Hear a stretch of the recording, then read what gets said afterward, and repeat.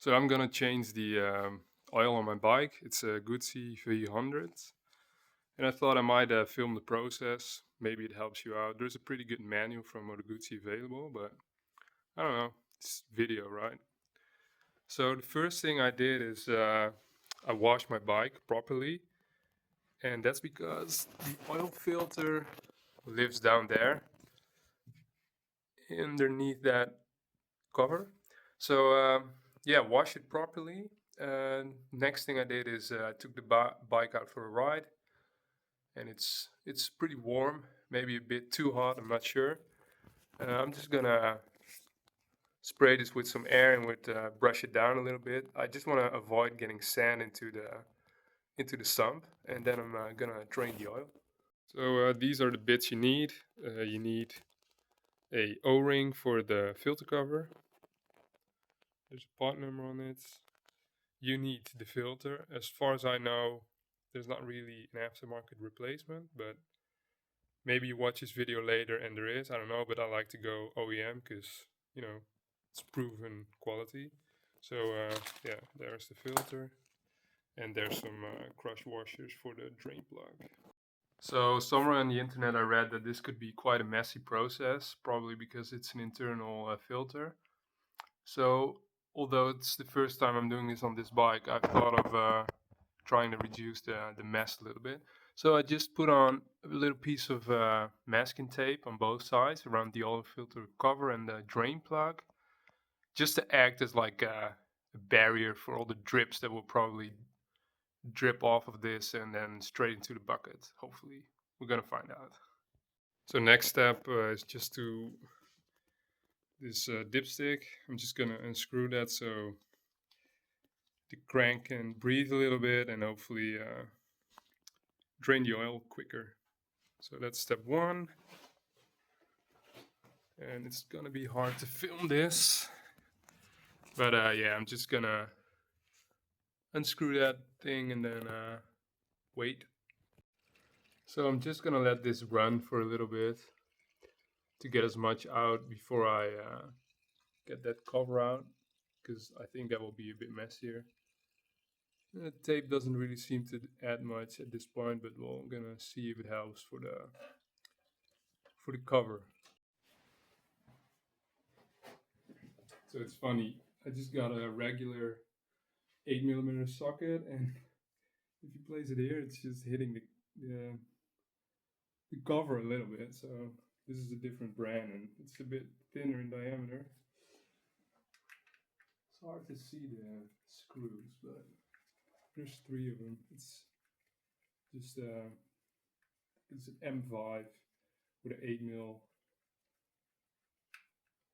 hex. There it is. This should be the last one. It's still a bit hot, to be honest. Maybe I should have waited a bit longer. It's supposed to be a spring pressing on the. Oh, there we go. Oh yeah, that's pretty hot. That is pretty hot.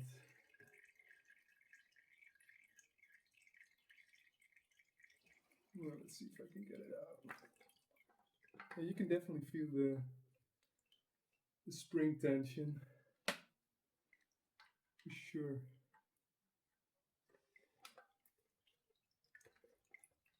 Maybe don't use your Sunday tools for this.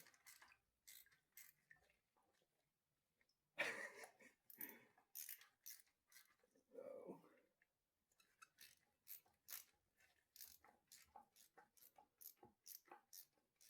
Yeah, that would be a tip for future me for next time. Just wait a bit longer. Or don't ride as long so it doesn't get that hot.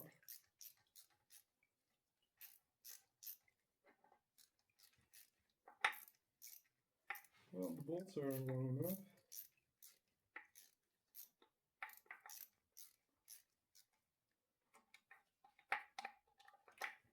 Nope, still in there. Oh yeah, there we go. Whew. So you can see, I don't know if you can see this, but here's the spring. So I got all the loose parts on the bench. This is actually how the magnet plug came out. If you will please focus. So this bike has now done 10,000 kilometers. And this is the second oil change. It's the first one I'm doing. The first one was done at the, I don't know, what is it, 1,000 kilometers mark by the previous owner.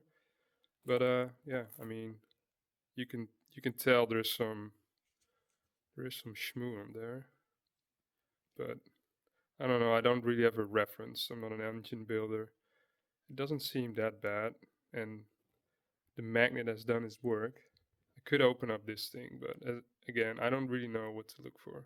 I'm gonna replace the crush washer on this. Of course, the filter I will replace. I will replace this O-ring, and I just saw that the new filter comes with its own spring, and it's actually, I mean, it's symmetrical. There's no right or wrong way, and the filter is oriented like this, and it goes up into the sump, and then the spring is underneath this, between the filter and the cover. Well, I think the mess is not that bad. I mean, I think the tape has helped a little bit, but to be honest, I don't think it's that messy. I'm just gonna clean this all off and then start reassembling. No idea how well you will be able to seal this, but I'm just gonna try. I got a feeling it's gonna be a struggle because I fitted the new O-ring. The spring is like in a little pocket in this cover, and then there's a little like cutout here where the spring will live.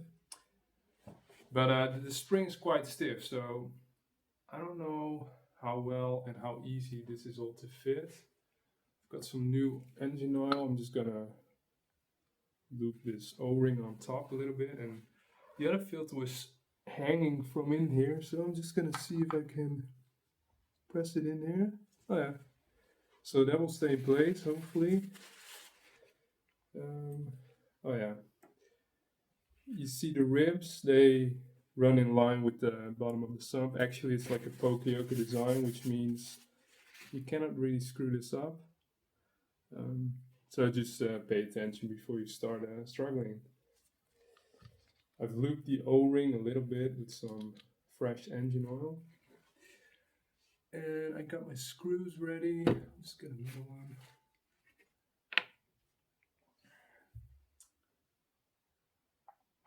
Let's see. I think I gotta do it by feeling actually.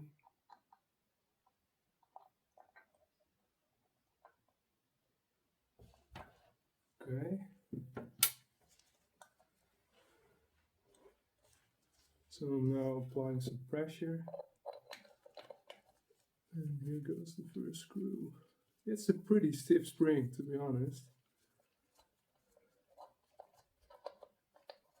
I'm not gonna tighten it fully because I don't want it to like get in there all crooked. The other bolts are a bit harder to spot actually.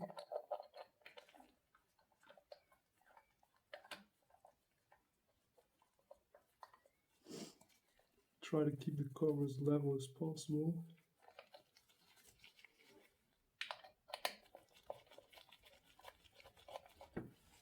And just go easy, I guess. I'm still holding on. I think it will hold, but just gonna fit this last screw. It lives here in the back somewhere. I can't really see it. I think it's good.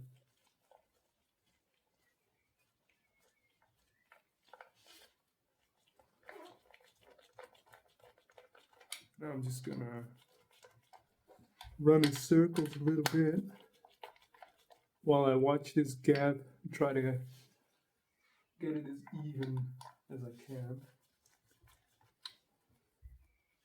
I mean, you can't really push it in by hand. It's that strong actually.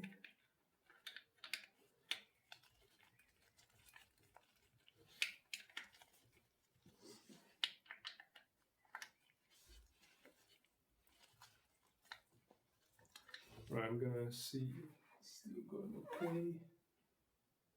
It's hard to tell in the back, you can't really tell, but I don't think the O-ring can really get out of alignment because it lives in a pretty like recessed area. So the only thing I can't really tell, maybe with a little mirror, if the O-ring got caught on, like, I hope they chamfered the edge of the stump, to be honest.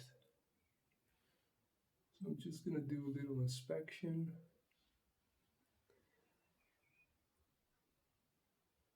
I mean, it's really hard to see, but I think it's okay.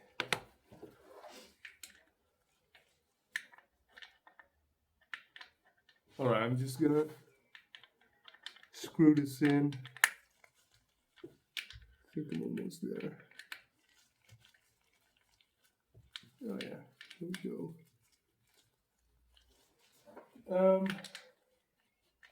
I recommend you check the manual for the torque. I just found, what is it? It says 12 Newton meters on these ones, plus minus 1. And this drain plug is 20 Newton meters, which I already did up. So, yeah, on to filling her up. So I don't really know if it's absolutely necessary to fill it from this hole, but I'm just gonna do it because the manual says so.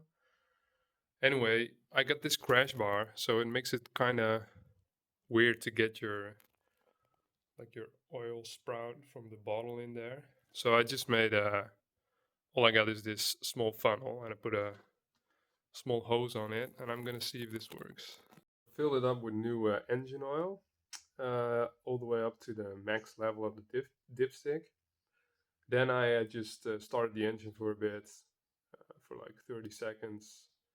Leveled the bike, so it's pretty level. And then you just unscrew the dipstick, like according to the manual. Put it in without actually screwing it in, and then it should be on the max level, which it is. So yeah, I'm calling this good. So that's it. The oil change on the V100 done.